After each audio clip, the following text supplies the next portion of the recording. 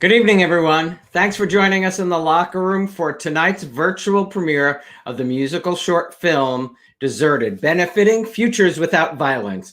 Deserted tells the story of Lupita, played by Nancy Rodriguez, who you will meet later in the show, and José, a couple struggling to cope with the loss of their son, who died in Operation Iraqi Freedom, and the harsh realities that come with being socially disadvantaged immigrants in America.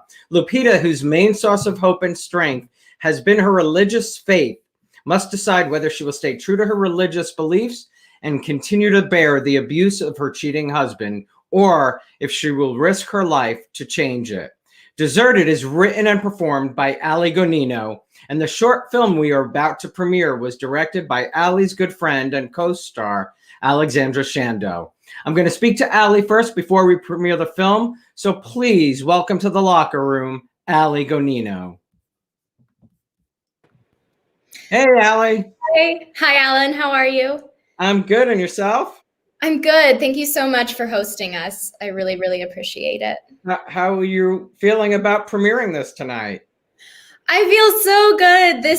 This project has been in the works for so long, and I'm so glad that it's finally happening. And I kind of didn't really know what to expect in terms of how I would feel, if I would feel nervous or what. But I'm actually just really excited to finally share this and get it out there, and hopefully raise some money tonight.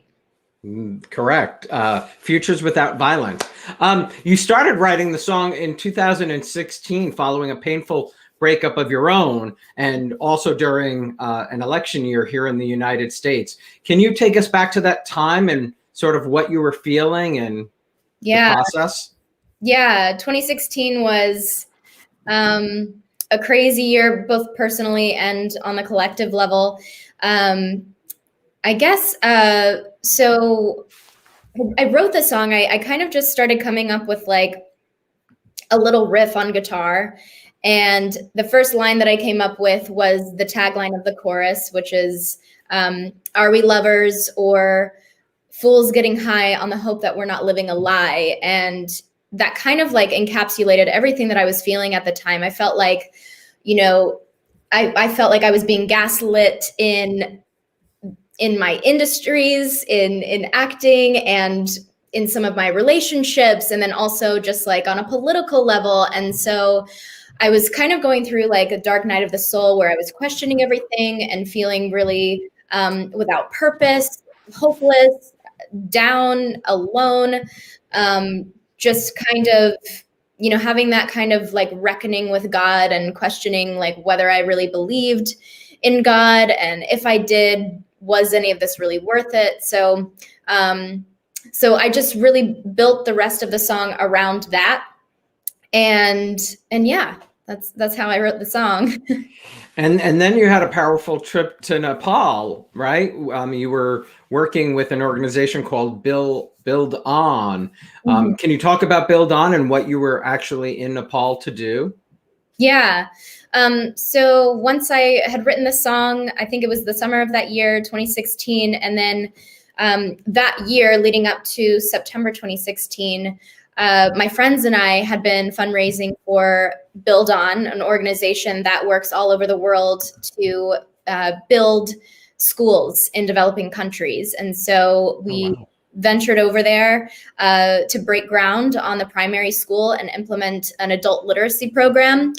And we were in the village for 3 days. We stayed in the village with the citizens of the village. We got to stay in their homes, which was a crazy experience. I remember one of the weird things upon arrival was noticing that one of the young girls who was like our little sister when we got there, she was menstruating at the time. And in their culture, in the Hindu culture, they make women sleep outside the house when they're menstruating. And yeah, it's like totally like a culture shock as soon as we got there. but it was interesting because when we got there, they did this amazing, beautiful celebration for us. They dressed up in their saris, they wore makeup, like all the kids got out in the middle of the field and did dances for us. And it was this beautiful celebration of life and them welcoming us. And then they gave us this huge feast of food that they had prepared and just really took care of us throughout the entire trip. We're not like on our phones, there's no electricity, so we're really just like in it. And so it was a really great trip in a lot of ways. But towards the end of it, Build On does these talks at the end of their treks between the males in the village and the males from the trek group and the women and the women. And so we had our gender talk with the women of the village. And one of the questions that we asked, which we had to get translated through a translator, was, is life hard? How is life difficult for you here? And I remember a few of the women giving like an extensive, long-winded answer. And then when we heard the answer translated back to us through our translator, the answer was like very short and succinct. And so we were like, okay, what just happened? Like, we want to get more of the story. And we ended up finding out at the very tail end of our trip that many of the women in that village suffer abuse at the hands of their husbands. Many of the husbands there are alcoholics. Creating rice wine is one of their main sources of income in that village, in that particular village. And, I think like in America or like anywhere where you have, political pressures, financial stressors, lack of resources to kind of get out and go live a life that feels good to your spirit when you're stuck in these situations and caste systems. It's very easy for people to buckle under the pressure and get addicted to some substances. So when I came back to the States, I went to an Al-Anon meeting just out of curiosity because I wanted to educate myself on alcoholism, how to recognize the signs. And it's also personal to me because I have many members of my family who have struggled with addiction, drug addiction, alcoholism. And so I just wanted to be more aware. And I went to this little church in Silver Lake in Los Angeles, and it was so beautiful to see people just coming together and sharing their stories and their struggles and giving each other support through recovery. And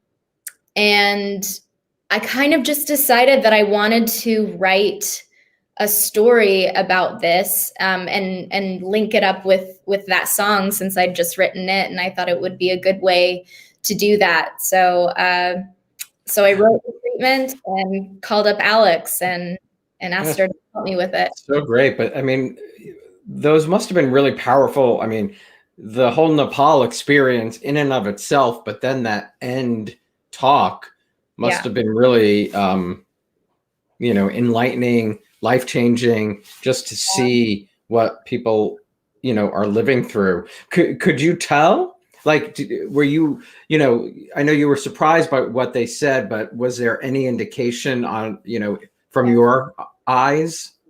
Yeah, definitely. I think we knew because the women there lack so many resources, like they don't have the ability to call police to come and help them if they're in a tricky situation. They're just so limited in what they're able to do. Most of them are not educated, so they don't even have the comfort of like picking up a book and escaping reality through art.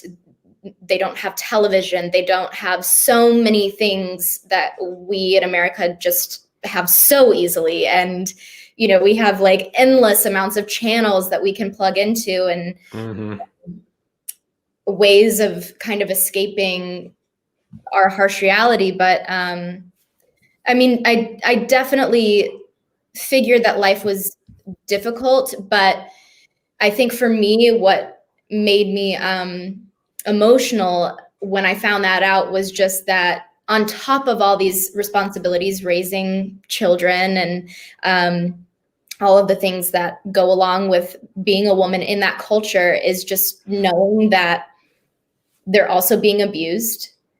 And for those 3 days when we were there, they weren't being abused, because it was like this collective energy, this different perspective. The presence of us being there shifted the dynamics of, what they were experiencing too.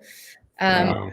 I actually remember I was sitting with a bunch of the women in the front yard of my host family's house, and one, like the town drunk essentially, like came over, and he was like drunk off his ass, and he came up to me and he was like, what are you trying to do? Like, I mean, in his broken English, like, what are you trying to do? What do you think you're going to do? Like, coming in here to, like, because we're coming to educate people. And I just kind of mocked him. I just kind of laughed, and I was like, what? And it made all the girls like giggle and like kind of like put them at ease a little bit. But yeah, it was heavy, but it's not something that is totally dissimilar to what a lot of women are experiencing, and I'm sure men, people are experiencing here in America. And so I think it's important for us to have these conversations, and it's important for us to raise awareness, because it's really far more prevalent than we even think. Correct. And like Futures Without Violence told us, even more so now during the pandemic.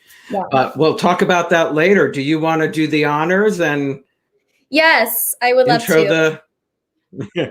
Yes. Okay. Everybody, this is Deserted. This is my baby, my first short to write and produce. I hope you enjoy it. Here we go.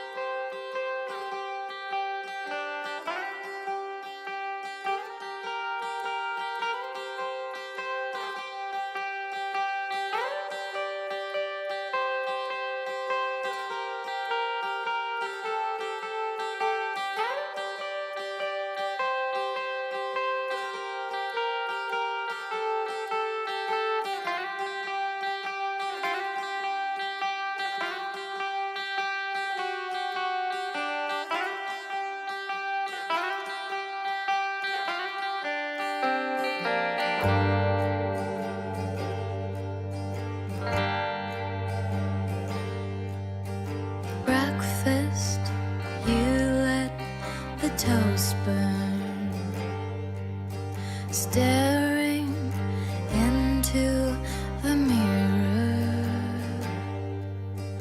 I bet you'd let the house burn down if you didn't have me around.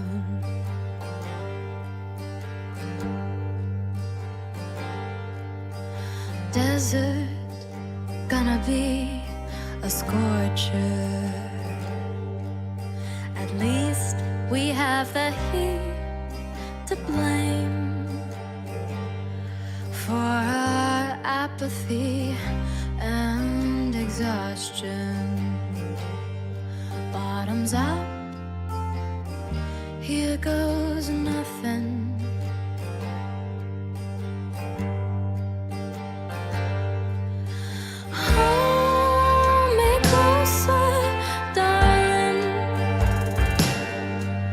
We're not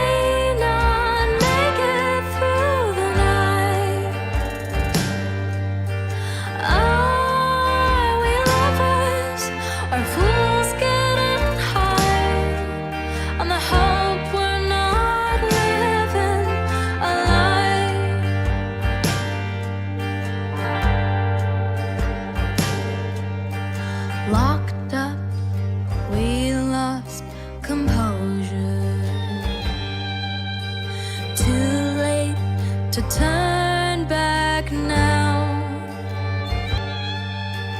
We'll waste these days just drinking to the memory of who we once were.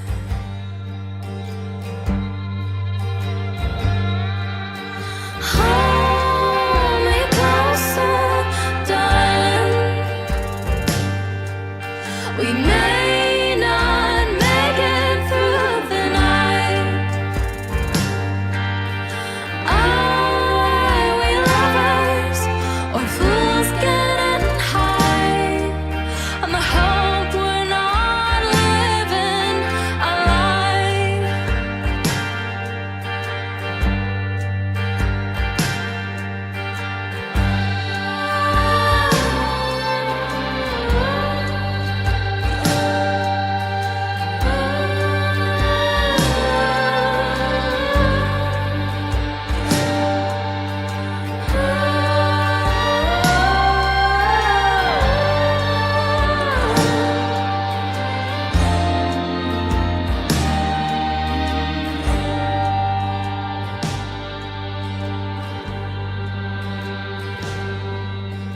Deathbed, what will you leave me?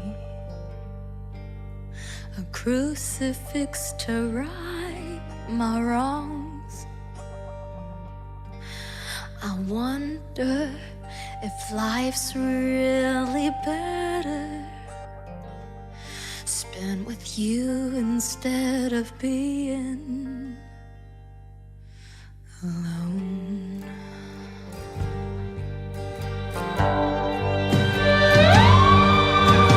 Hold me closer, darling.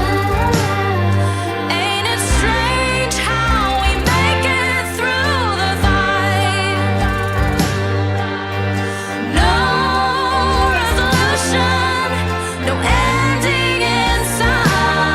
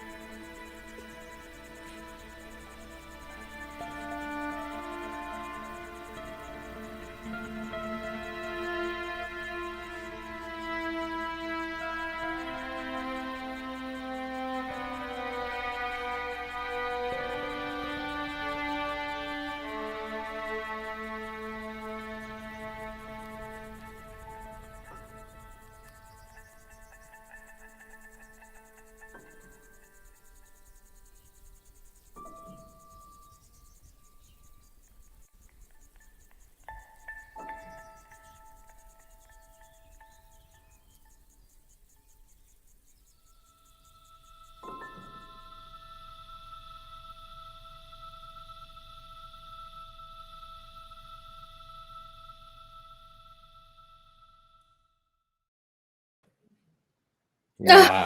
I made myself cry. God. So good, so good. That moment of Nancy standing on the bed, I love, one of my favorite. Shall we? Throws the. Well, and matching it up with the song, the screaming, the singing, but fabulous. Shall we bring out your good friend and director, Alexandra Chando? Let's do it. Alex. Hi. Hi. What an amazing job. Congrats. Yeah. Thank you. Thank you. We were great collaborators. So we really whipped that up quick. Yeah. Did you do No, any- it's nice to work with your best friend. Keep it fun. So Sisters on TV turned into best friends? Yeah. Yep. It took us a couple of years though. We kind of like dispersed and like did our own thing, and then we came back together. Actually, it's right around this time, Al. I think. No, I feel like it was way before this. So Lion Game premiered in 2011. Do you remember when you first met? Was it like on set or in casting or? Yeah. We met in New Mexico. We shot the pilot in New Mexico, right? Or no? Yeah. We had a table read in LA. We'll read. That's when we met. Yeah, so that's when we met. Yeah. Mm-hmm. And Wow. Do you remember when first impressions? I don't. I really don't. I think at that time, like that was my first time to be a series regular on a show. So I think I was just like so like excited and also nervous to be, I just really wanted to do a good job. So it's like trying to like, not make too much of a peep. Yeah. I mean, I remember of you, Alex, was like, oh, she's like the boss, the head chica on set. So I was like, okay, we're letting her just run the show. It was a great show. You guys did a great job, and I'm sure it was pressure too for Alex playing two roles. Can't be an easy thing. I think it was probably to date one of the hardest jobs I've done, but also the most fun job I've ever had. So very grateful and very we were all very blessed to have that experience. Yeah. Wow, that's great. And friendships, lifelong friends are made. So Deserted was your first narrative that you directed. Can you take us back to the moment Allie came to you with the idea? Yeah, we had been kind of talking loosely about Allie wanting to do a video, and then she wrote up this really awesome treatment. And I remember we sat and we kind of broke it down. She kind of presented it to me and we talked about it. And honestly, during prep, I mean, Allie was just as much involved as far as, the direction of it than it wasn't just me. We were really collaborative in that process, and we actually we were very fortunate to have Cameron Duncan, who was our DP. He did an amazing favor for us. Yeah. Right. But he sat down with us as well. Tell the people watching, he's done Cobra Kai, he's done Longmire. I met Cameron originally on the series that I did after The Lion Game called The Red Road, and he was director of photography on the second season of that. And then we did an independent horror feature called High Voltage, and I was like, this guy's really great, and he's just like a cool vibe to work with and so easy to work with, and so I was like, we should bring him on if we can get him, and he gave us a day, which is yeah. good. That's great. But yeah, I mean, it was just we threw it together pretty quickly, and we did shoot it in a day.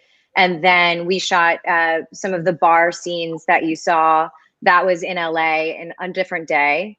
And then we actually reshot the last scene. Was not supposed to be what the last scene was. We reshot it with another really talented DP. Her name is Nicola Newton. She did the cemetery stuff, and she's a fantastic emerging director of photography. That's awesome. What prompted the change?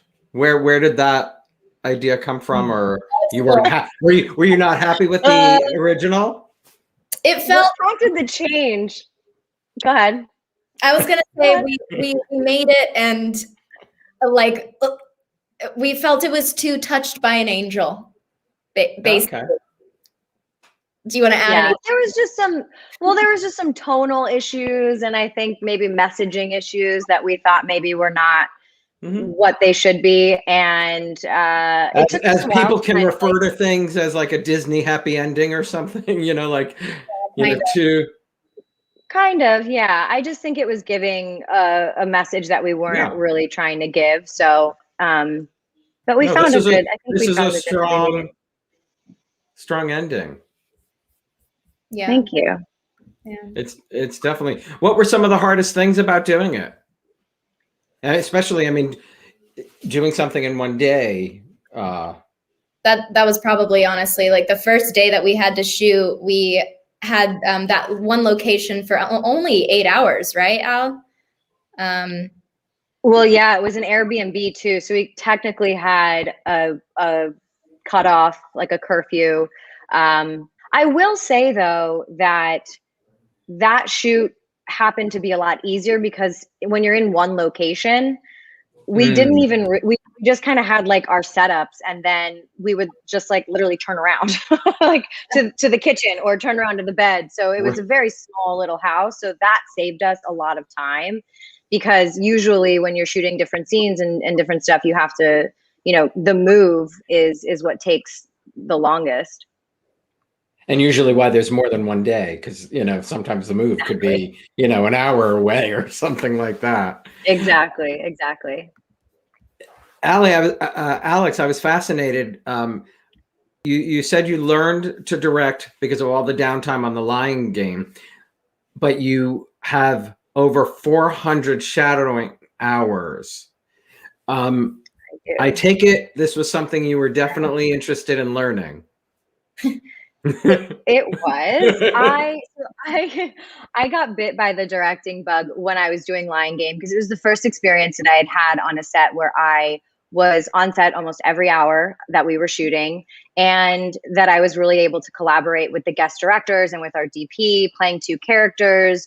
I kind of had to figure out with the guest directors how to block, because it was all very down to a science with the special effects and everything. And so that's kind of where I got the itch. And then I wanted to study myself. I wanted to be educated. I didn't want to just show up to a set and be like, well, I'm an actor, I want to direct. It's like I really wanted to put in the work. And so I was very fortunate that a few directors allowed me to come and shadow them. And I was able to shadow episodes start to finish. And that is where I learned everything. And I'm so grateful to have those 400 hours. Crazy.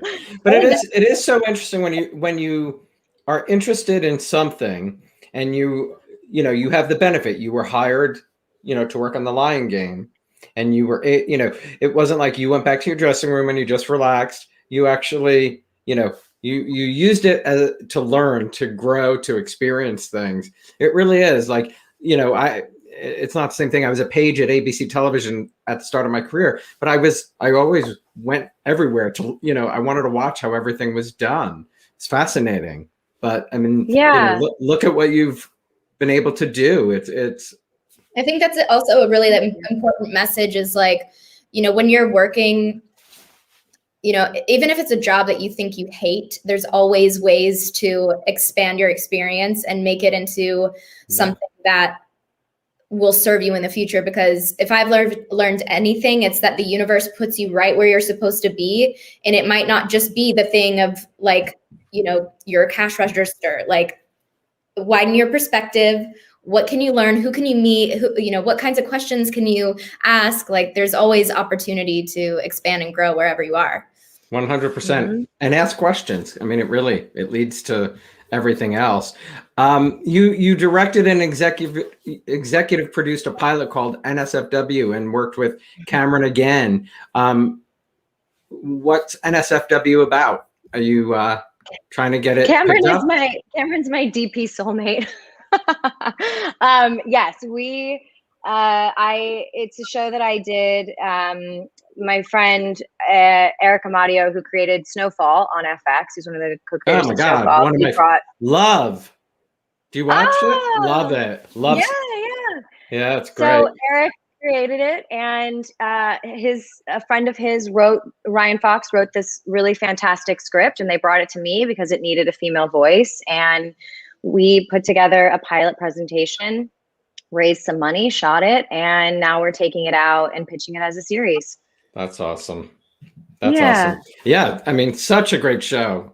I hope people Snowfall, if you're not watching it. What is it? FX? It's FX, and I think it's in its like fifth. Yeah, it's really Yeah. what a cast. Well, should we bring out our lead actress? Yes. Okay, joining us now is actress Nancy Rodriguez, who plays Lupita in Deserted. Nancy, who was in an abusive relationship herself in her early 20s, has over 16 years experience working with at-risk youth. She received her BA in Human Services Administration and began working with the homeless population as a resident advocate, helping adult women and their children that were involved in domestic violence situations. In October of 2020, Nancy accepted a job as a mental health specialist working with survivors of sex trafficking. Today, she works with teenage girls, helping to shape the lives of those associated with the trauma of sexual exploitation by allowing them to heal and keeping hope alive. Please welcome Nancy Rodriguez. Yay. Hey, Nancy. Hi, Nancy. Oh, it's so good to be here. I was my eyes water. This was fantastic. I just loved everything about it. Such a great team. And for me, had you seen it before? No, this was my first time. I was great. I didn't know that. Amazing. And for me to get emotional with like all the experience you just pointed out, thank you for the beautiful introduction. For me to look, even now I'm getting emotional because this is so close to my heart. People don't realize that, especially now with the pandemic, how much abuse is going on, domestic abuse. People are not used to living together the way that the world has us right now. Luckily, things are getting better, but, I'm glad that, timing is everything, like Allie just said, timing is everything, divine intervention. And the reason this is out right now is because it's very important for people to really pay attention to themselves, pay attention to the people around you, and really be mindful of our behavior and others as well. Wow. When you first, because I know this was, Allie put a casting call in backstage, where actors go to look for roles. What did the casting say? Did you hear the song, when you learned what, the story was about, because it does hit so close to home? How, what did you think?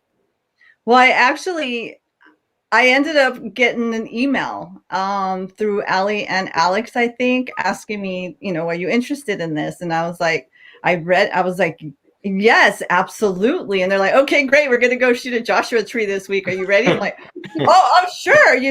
Let's go. I think at the time I was pack my bag. Yeah, let me pack my bag. Hold on. I was actually in school. I was doing online schooling, which worked out perfectly. So I was able to jump on board. And, as soon as, I found out what the project was about, I just knew I had to be a part of it. And then, I looked them up on IMDb. I was like, oh my gosh, these women are fabulous. They want me to be a part. This is so amazing. Like, it's such an honor to be able to work with strong women that really have strong messages.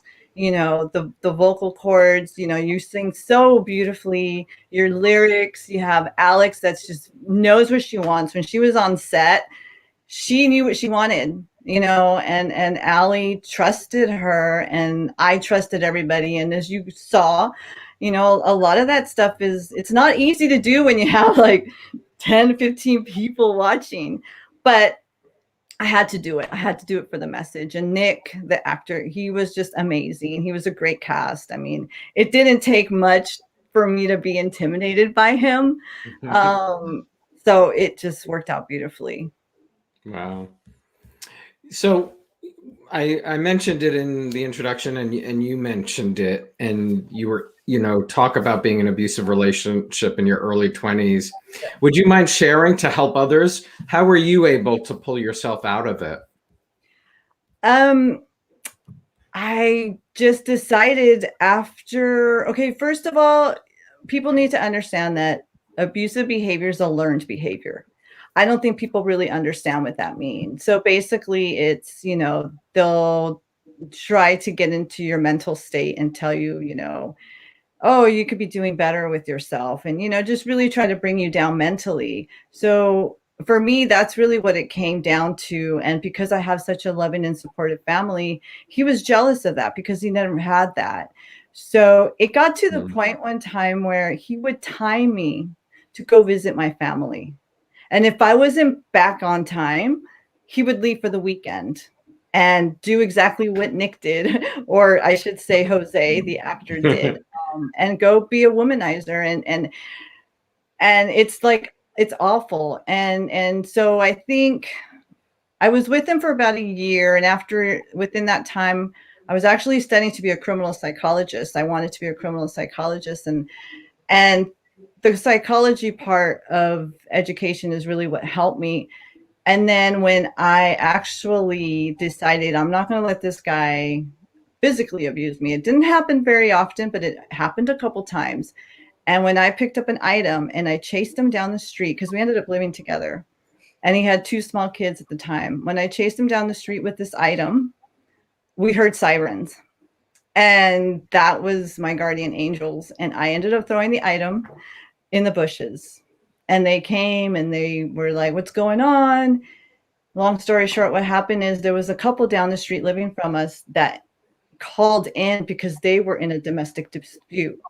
And they thought it was us that called, and it wasn't. And then so the dispatch had asked, hey, are you there? The lady called again, and, she needs your help. That Well, moment, they weren't called for you. They were called for the other. Yes. Wow. Exactly. Again, timing. My God, timing. So did you just walk away at that point? Was there a moment where you were like, okay, this is not how I want to live my life and not who Right, I that was it. That was my time to say I can't live like this anymore, because all it takes is for one small act and it could be a devastating situation for a lot of people. Yeah. And so that's when I said, I'm not afraid to stand up for myself and protect myself. And so when that happened, I said, nope, I'm packing my bags and going back with mommy and daddy. But, I just really think people need to really understand, it can happen to anybody. I was educated. I come from a good family. I was never abused as a child, never witnessed domestic violence within our family. So it happens, and for me to be able to take that experience and be able to, help the population of people that I work with, I'm thankful for, because now I'm not judgmental. I think if I wouldn't have gone through that experience, I definitely would have been judgmental.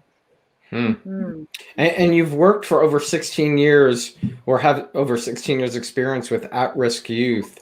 Yes. What would you say are some of the most at-risk things affecting kids today?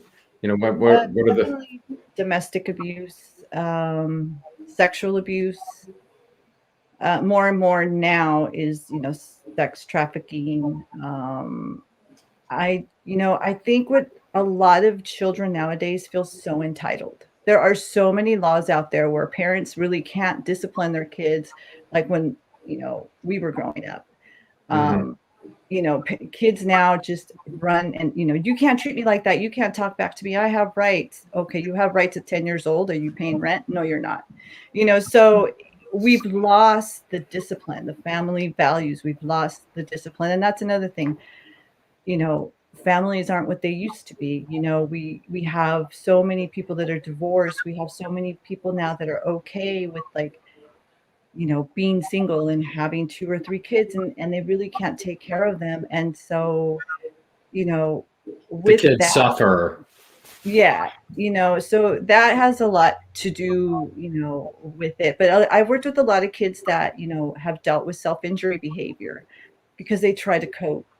The wonderful thing that I can say with the organization that I'm working with now, working with the survivors of sex trafficking, is they really, really, really implement a program to where they help children learn how to self-regulate. So when you are upset, you need to take ownership of why you're upset. Okay, I'm sorry that you went through what you went through. But guess what? The rest of the world's not going to care. You're going to have to hold a job sometime. So if you go in there telling your boss off because you had a bad day or something triggered you, guess what? You're going to lose that job. So there's so much that it takes for people that have been hurt. It takes a group of people to say, make a choice. We're here to back you up. We're not here to change anybody. Anybody that goes into this type of work thinking that we're going to change people, it has to be up to them. If it's up to them and they okay for us to be in their life and direct them, that's the best thing we can do. Do you work with an organization? I'm sorry? Do you work with an organization or what is the? Yeah. I work for an organization in Santa Barbara. It's called For Kids to Kids. So I work out of Santa Barbara County, I should say. I won't say the exact location, but No, it's okay. When I just hear the word sex trafficking, it just, I mean, I know it exists, but it's still such a surprising thing, I guess. I don't know how to really put it into words. It's a disturbing thing to hear. Right. There have been plenty of documentaries lately on television about it. It just, but it is part of, kids being swept up in something, possibly for some of the reasons you just said, that they, the parents aren't available to them or whatever. I mean, at what point are they coming? Are you working with them once they've come out of that and trying to cope with what they just went through? Yeah, I mean, some of them, still get back into it, unfortunately. Some of them can never get out of it. I remember I worked at a previous group home with teenage girls, and we actually had one girl that her people came to the door. I wasn't working that night, but they came at like 2 a.m. and there's like, you got to go with us. You're not getting out of this, and a lot of these teenage kids are in protective custody because when they do, tell on who it is that, is, making them work for money, they're afraid for their life. And I think that's the majority of it. I think, these kids don't have a family. We can only do so much in the system. We can only keep a kid in for so much, and eventually they're going to age out. So once they turn 18, they're basically on their own. I mean, there are programs that do help. For instance, like the homeless population I was working with, I was working at the house where I worked with the women that were either aggressors or victims of domestic violence, and the behaviors don't change. I worked with women that their age range was from like 21 to 56 years old. Some of them were victims, survivors of sex trafficking. And as they get older, they end up prostituting. And not saying all of them do, but there's this, they have this behavior that they can't get rid of. They're so used to being abused, they get into abusive relationships. They're with men that they're chasing, leaving their kids at the house and trying to go chase down a man that's not even helping them with child support. And it's just such an ugly cycle. Wow. So that's why we do what we can to try to help as many kids before they transition out, because once they turn 18, even though there are wonderful programs out there that will help adults, an adult is an adult.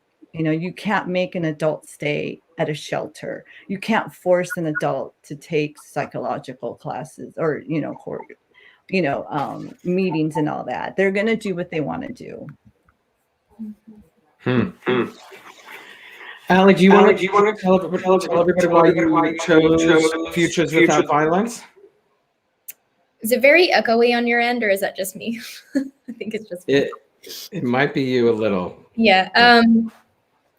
Well, first, I want to say thank you to Nancy for agreeing to be a part of this film and for all of the amazing work that you do in the world. I'm so excited for you, and just you're so important. And I'm so thrilled that you were the one that we got to play Lupita. Again, isn't that so, Yeah. Serendipitous. It really is. Yeah. Yeah.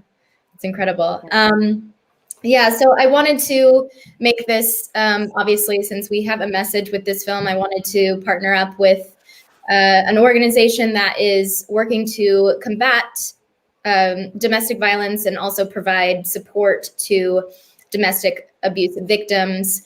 And so back in November, I actually did an event with Futures Without Violence with my friend Laura Bell Bundy. She introduced me to them. And so I thought that they would be a good organization for us to do our event with and for. Correct. And any amount helps at any time, even $1. And I'll share, Futures Without Violence wanted to be a part of this evening, but unfortunately had a conflict. But they said early on in the pandemic, as Futures Without Violence was hearing reports of the surge in domestic violence throughout the US and around the world, they knew that they had to do something to support the lives of millions of women, children, and those most vulnerable to violence who have been sheltering in place with people who harm them as a result of COVID-19. They launched the Domestic Violence Response Fund to raise emergency funds for advocates and frontline service providers who are supporting survivors of domestic and sexual violence during the pandemic. So if you or someone you know is in need of help, please call the National Domestic Violence Hotline at 1-800-799-SAFE. That's 1-800-799-7233, and they can connect you with local resources. They also offer a chat function on their website. And like I said, if you're in a position to make a donation, every dollar makes a difference. You can text the word courage to 41411. That's 41411 to donate to the Domestic Violence Fund or visit their GoFundMe page. But I have the link up right now. Did I knock Allie off? Yeah, she's not here. Oh, there she did you restart? Sorry, Allie. It's okay. Did you restart your thing? I didn't. So I don't know what happened. Okay. If any of the fans have questions, we can take some questions. I mean, some of the comments, you guys are amazing, beautifully done, bravo all around. Danielle said, absolutely loved that window shot towards the beginning of them at the table on the porch. Cool. Someone asked, what was the short answer the translator gave when you asked about the women's hardships? It was something to the effect of, it's very hard. Like, it was something so simple, and we wanted way more. If anyone else has any other questions for us, go ahead and send us a message in the chat. Definitely be sure to make a donation to Futures Without Violence. The link is up on the screen now. And thank you so much for being here. I really appreciate everyone who tuned in and my panel here. Thank you guys. You can find the song on Spotify, Apple Music. I released it a long time ago, but it's still out and about. And okay, I think we have a couple questions, so let's go ahead and answer those. I think most of these seem to be for Nancy. Yeah. How can we best help when witnessing an abusive situation? Okay. So how can we best help when witnessing? Definitely, you can call in Child Protective Services or even 911 if it's an emergency. If you see a kid really getting hurt, you can call in and you can be anonymous. You don't need to tell them who you are. You could go ahead and, I mean, they do prefer, you know, that you do leave a name and some information just in case they need to follow up, but you don't have to, because once they go out, they will, you know, go and do their own research and look for things. And they'll probably send out a social worker, just depending on the severity of what's going on. Do the people who make the call, are they sometimes, you know, when you say you don't have to share your name, I'm thinking, is there someone in the family who might be making that phone call, but is too scared to, you know? Yeah, it happens more often than, you know, and the sad reality is usually the people that are getting abused, it's within their family. Everyone thinks that, you know, it's outside. I mean, even with sex trafficking, it's unfortunate. A lot of the families end up selling their own, you know, family members to it, which is a really sad reality, but it is what it is. And I think the more people know that, I think they'll be more comfortable to know that, you know what, don't feel like it's none of your business if you see that a child is getting hurt, because there's a lot of people out there that are CPS mandated reporters, such as, you know, teachers and priests, and of course, first responders, nurses, etc. So, you know, definitely there's people that if you don't feel comfortable, at least maybe tell somebody that would feel comfortable in reporting it. I mean, the saying goes, if you see something, say something, really. Absolutely. I mean, it can always help. I'm putting up the domestic violence hotline number as well. If anyone needs to jot that down or knows somebody, it's always helpful to have. Beautifully done. Definitely brought tears and awareness. Yeah. Well, it definitely did. And that was your goal, right, Allie? Yeah, definitely. Yeah, definitely wanted you guys to cry. So that's good. Yeah. Thank you. Thank you for that. Hayes just asked if there's any more music soon. Yes, there is more music soon. I'm actually going to be launching a GoFundMe to finish the production on my new record coming out. And that'll probably be in February, so stay tuned for that. And in the meantime, I'll be releasing a new single as well. So just hit me up on Instagram, follow me there. That's where I post all of the things. And yeah. Who are some of your I've heard a lot of it. Oh, that's and great. It's really good. Yeah. Tease. Who are some of your musical influences, Allie?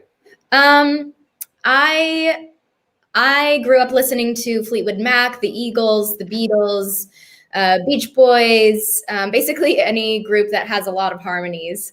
That's my jam. And more contemporary artists, I love Lana Del Rey, Black Keys, Air, Metric, so many to name. I'm old. I don't know that one, but Fleetwood Mac is, you know, that is the best. Danielle is asking, any advice for women who would love to be in the position of directing a narrative one day? Alex? Well, I think one of the important things is to, and I'm still honing in and trying to kind of decipher, but one of the big things that really helped me out is really kind of zeroing in on the types of stories that I want to tell, and how I want to impact the world with my stories and with the things that I direct. So I think that's a key ingredient, because it really just helps you to maintain kind of the focus on what you want to do, and integrity.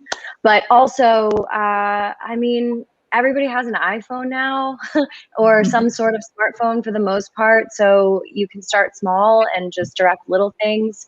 Or, you know, for me, I don't write, which is kind of a challenge, because I often feel like I'm waiting on people to write scripts for me. But in the meantime, I think if you know any writers, get together with them and kind of formulate a small script or anything like that, and just start really small. And it's also about relationships. So if you can join a group that has other directors in it, or something like that, I think it helps to just kind of build your network, because ultimately that's kind of like what helps open doors. Yeah. All three of you being actresses, what has it been like during COVID to audition? And, is it all like this? You're doing it virtually? Lots of self-tapes. A lot of self-tapes. Yeah, I've had a Yeah. few, not a whole lot, but that's okay. Yeah, it is different. It's not- Definitely different. I really miss going into the offices and meeting, seeing all the actors, and that's really the best part about acting is getting, we're nervous right before you walk in the door. I miss all that. So Yeah. Mm-hmm. Tiana just asked, Nancy, how can you tell your family about abuse? Like, understand how I think she's saying, explain to them how you're feeling and how different it is. Oh, okay. So how can you tell your family about abuse? Oh, okay. So if you are the one being abused, you definitely need a support system. So if you feel that your family is going to be there to support you, then definitely you need to reach out to them and just let them know. It's very heartbreaking. I know it was very heartbreaking for my family when they found out, even my close friends, because, parents want to protect. But the most important thing I told my parents was that you laid out, because when I got out of it and I survived it, I told them, I was like, you guys laid out such a wonderful and strong foundation for me that even though I went through what I went through, it was their teachings, their love, their support that got me through it. And I think that's the most important thing, for anybody. So if you feel that you don't have the support system with your family, you think they're just going to belittle you and make you feel even worse, definitely go, reach out to your friends, reach out to your community.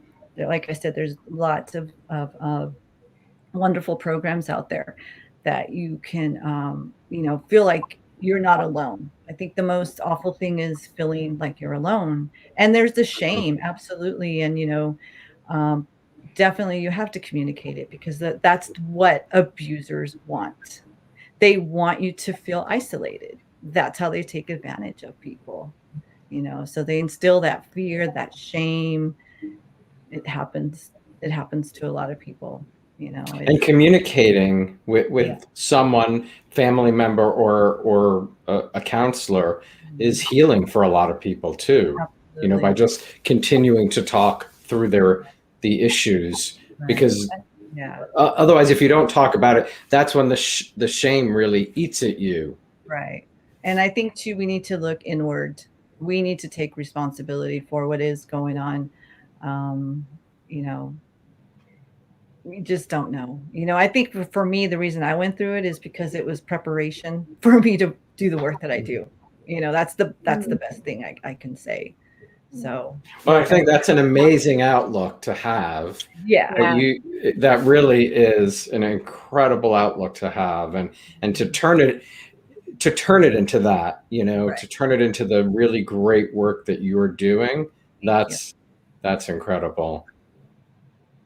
I think that's a great, I feel like that is the perfect way to end this, Allie. Yeah. Yeah. Great. We also would like to thank you, Alan, for hosting us and for asking really great, smart questions and just being a great support. No problem. I love what you're doing. I support you both. I was thinking about it. I mean, As the World Turns is where I met Alex, and her first day of work, we had a crew from MTV following her around. Awesome. And was that your first television role, World Turns? It was, right? That's why they were. Yeah. Well, and just I to was think 18. and just to think, I mean, you just take it in what you learned, and look at what you've grown and done. So really amazing job. Excited to hear the new music. Nancy, keep doing the great work that you're doing. And I will put up just one more time, if anyone wants to donate, like I said, $1 goes a long way. Yeah, exactly. And don't forget to check out Deserted on Spotify and iTunes and Allie's website, right? Yes, and then we will repost this event and airing in a couple of weeks. So you'll be able to Right. watch the video again on YouTube in a couple of weeks. Nice. Great. Yeah. Great. All right, everybody. you. Stay well. Have a great night, everybody. Bye. Bye-bye. Bye. Bye.